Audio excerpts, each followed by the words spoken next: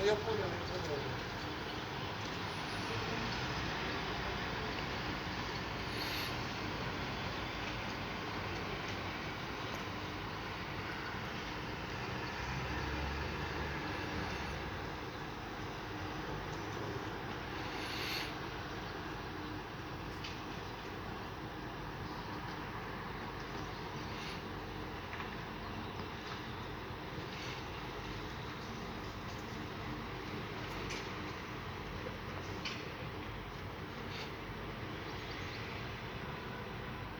Алло.